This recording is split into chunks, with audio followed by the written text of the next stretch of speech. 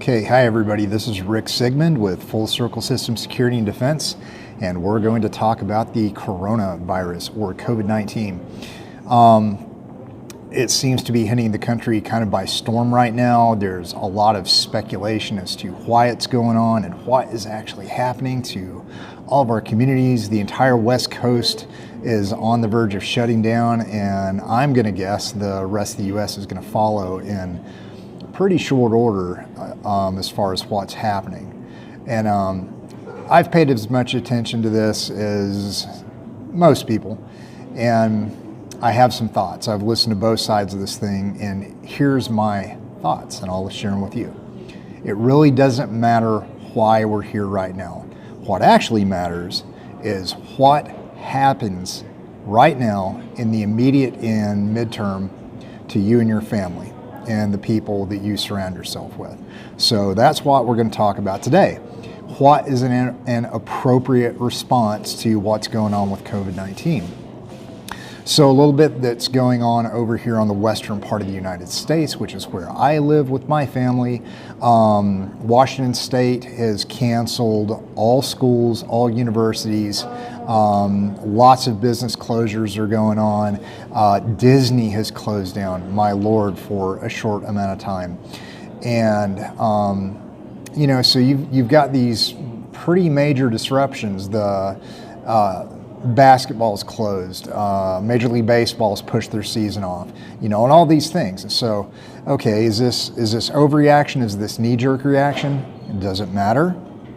It really doesn't matter right now because that's what's happening, and that's our point. We had a former client reach out to us and to kind of get our input on what he can share with his people and how they can get ready and what they can do. And I'll say this, if you go to a grocery store probably today, at least in my town where I live, my God, it's a little bit of pandemonium. I mean, there's not people screaming, kicking, and fighting, but we've heard stories of that in different places in the United States and Costco's and things like that. So it's an actual issue that's going to start affecting you. For some reason, people are buying toilet paper like it's going out of style. I don't know what this has to do with that, but they are. Okay, so here's the practical matter of this. If in your state, in your town, they close all the schools, that can significantly affect a lot of people with children, right? Somebody's got to stay home with them and watch them and keep them safe and stay apprised of what's going on. So that's going to be a major disruption to families and businesses as far as income. Here's another heads up. Depending on where you work, if you're in healthcare, it's going to be a different story.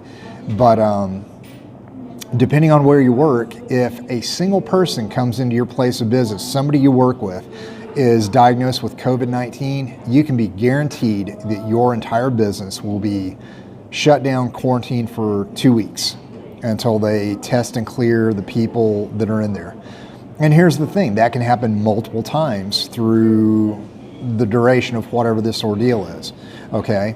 Another thing that is possible of being happen, we're already seeing a lot of things off the shelf at grocery stores. If people start getting quarantined or if people actually get sick, you're going to have what's called supply chain disruption. Meaning the people who deliver goods and services to your town, it's going to slow down, okay? Potentially really slow down. We're not saying right now for sure these things are going to happen, but we're looking at other places in the rest of the world where this event's taking place. Look at me, I'm touching my face. That's already a no-no. Don't do that. We'll get back to that in a minute. But anyway, we're talking about different disruptions where you live that could directly affect you, and that is the entire point of this video. And here's the thing, we still don't know a lot about what we don't know. There's a fancy word called epistemology, which is, it's the concept of just that, not knowing what you don't know. And there's a lot of unanswered things as far as the United States is concerned, which is where we live, why I'm doing this video. We don't understand how it's going to affect the pediatric population or the infant population. We have a very good idea that it's going to affect the older population. They're saying 50 and above. yeah, maybe I'm saying a little bit older, 60 and above, people who it's a respiratory issue. So people who are not used to moving, who already have breathing problems, who are not very active, it's that population that it's actually going to get, people with compromised immune systems. Okay, so here's the point. That's why we're doing this video. We want to help people out. Our company motto, Full Circle Systems, at the end of our day, we want you to go home at the end of yours, you and the people you love. All right, so getting ahead of this keeps us from becoming Italy.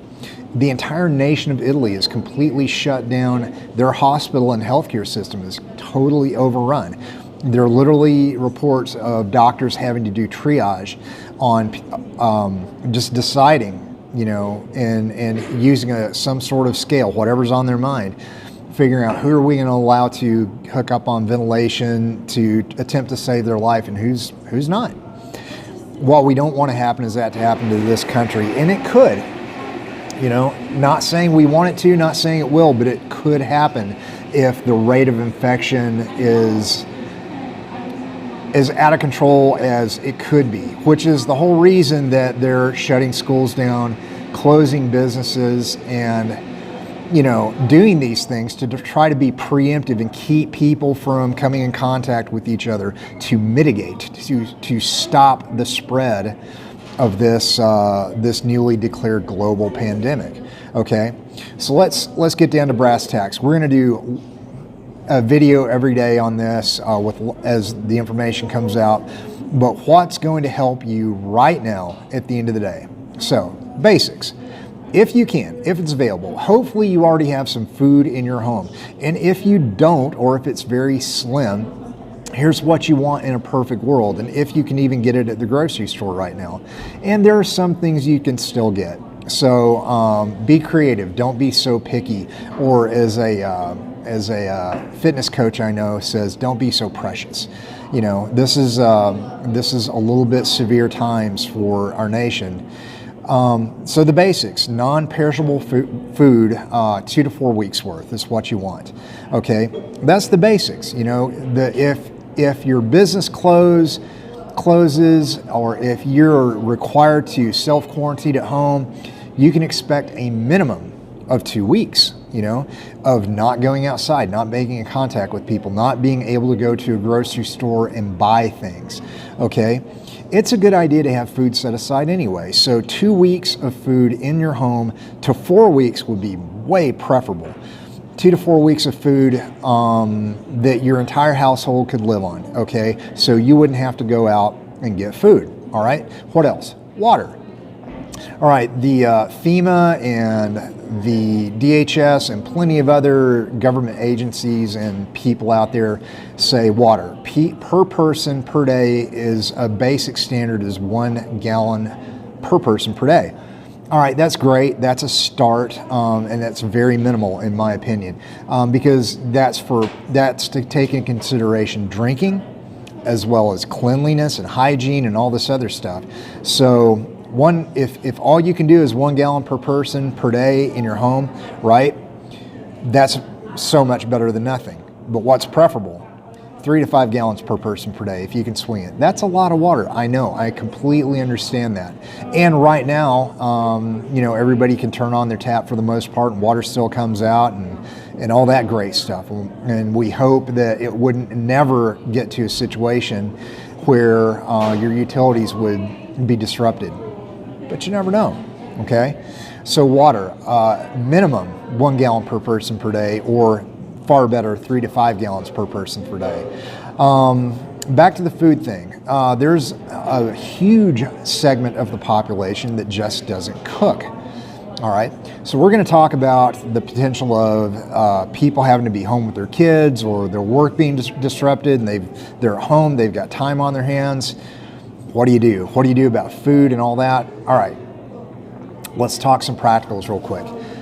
Number one, turn off the TV and the news cycle. You don't want to be staying plugged in to the news cycle 24/7. That will keep you, your guts all churned up and nervous and just feeling bad because, the news cycle is espousing everything in the world, and it does you no good, because why? Because here we are.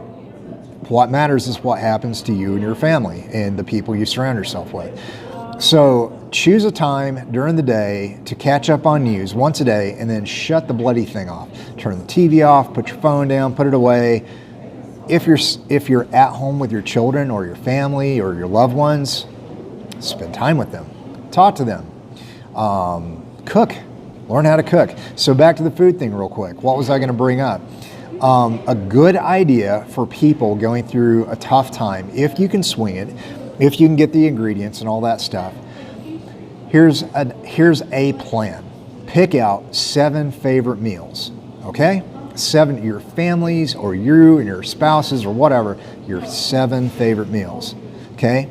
Have enough ingredients at home where you can minimum cook your 7 favorite meals for 2 to 4 weeks. That's dinner every day, something that is delicious and you know is going to make your family happy. That's a mindset thing. That's a morale boost. If you're not used to cooking, learn how to cook your 7 favorite meals. You're going to have some time on your hands potentially coming up. Spending time in the kitchen is a good thing. My family and I cook. Business partner, his family, we love food. My God, we eat 3 meals a day. It's amazing. So learn how to cook your 7 favorite meals. Cook them till you can't get it wrong, and enjoy cooking. Enjoy mealtime. You know, take a break from this constant pandemic news cycle. Okay, it's important. It's important that you focus on some good and positive things during this, and you actually keep your spirits high. Okay, limiting your news take. Be ready to spend time with your family. Have some board games, have some card games set up, have books. Books are great, books, magazines. Practice skills, you know, cooking is one. Being able to take care of some stuff around your home. There's always projects. If you own a home, my God, there's always something to do on that thing. So if you have some time spent on your hands, spend good time with your family, have conversations, talk to them. Keep your head out of the doom and gloom porn that exists out there, okay?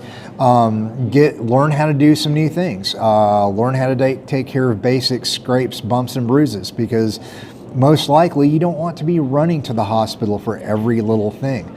It's probably the last place you want to go. So learn some new skills. On that note, what else would we recommend you guys have on hand? Medicine. If you have a medical condition, have enough medical supplies to get you through this. Almost any doctor or PA or nurse practitioner worth their salt will gladly, during this time, as long as you're not a freaking drug abuser, write you a prescription to carry you through for a month or 2 on whatever it is you're doing. So diabetic medicines or blood pressure medicines or any chronic illness that you might be dealing with, have plenty of stuff on hand. Have some supplies for the basic, you know, cuts, bumps, and bruises, you know, alcohol, hydrogen peroxide, Band-Aids, you know, anything that you think of that you might be able to use. Have some stuff on hand. Cleaning supplies, bleach, you know, Clorox and all that good stuff. You want to be able to keep your home clean. And since we're on the topic, everybody's saying, wash your hands, you know. I'll repeat what other people have said. My God, I hope you people have been washing your hands this whole time. But what do they mean by wash your hands? Here it is. If nobody's ever explained it to you, soap, warm water, and 20 minutes of thorough scrubbing under your fingernails, your nail beds, your hands front to back, in between. It's like I'm telling my little kids how to wash their hands. 20 seconds. Pick a song, sing a tune, pray. I don't know. Do something while you're scrubbing your hands for 20 seconds at a time. That's actually how you can take good steps to ensure good hand cleanliness, and try not to touch your face. Okay, because mucus and oils and all that stuff can be passed on. That's why this whole hand washing thing is very important to mitigate the transmission of this. Okay. And then safety and security stuff. You know, we've already brought up the Costco and grocery stores. There's already been stories of people fighting over toilet paper, which that's nuts to me. Should be to you too. Don't fight over toilet paper. There's other things you can do. But don't do that. If you have to go to the store, determine before you get out of your car, heck, before you leave the house, stay calm. Stay calm.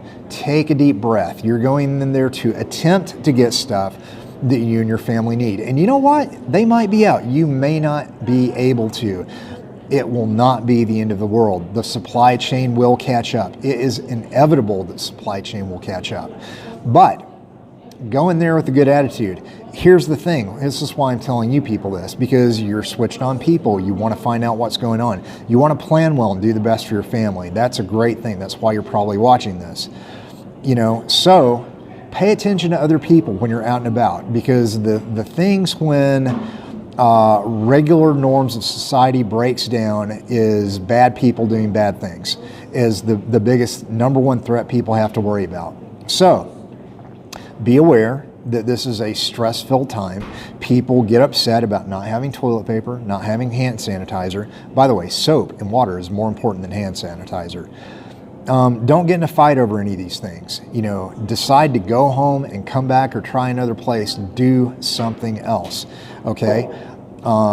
Have the conversation with your family. Don't just go out to places to go out to places. The whole point of this stuff, if you have to be home, is to avoid coming in contact with somebody with COVID-19 and exposing your family. You really want to be conscious of those things. Speaking of people who are highly susceptible to this, the aging population, okay? If you have a mother, a father, grandparents, or, older family friends, people you go to church with, check on them. See if they need you to do some grocery shopping for them.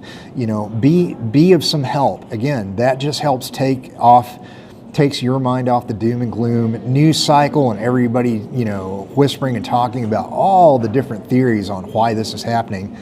Right now, who cares? I'm happy to talk about it later, and definitely I've had these conversations with the people I know. But right now, take care of the basics. Get your house in order, okay? Do what's going to take care of you and your family, all right?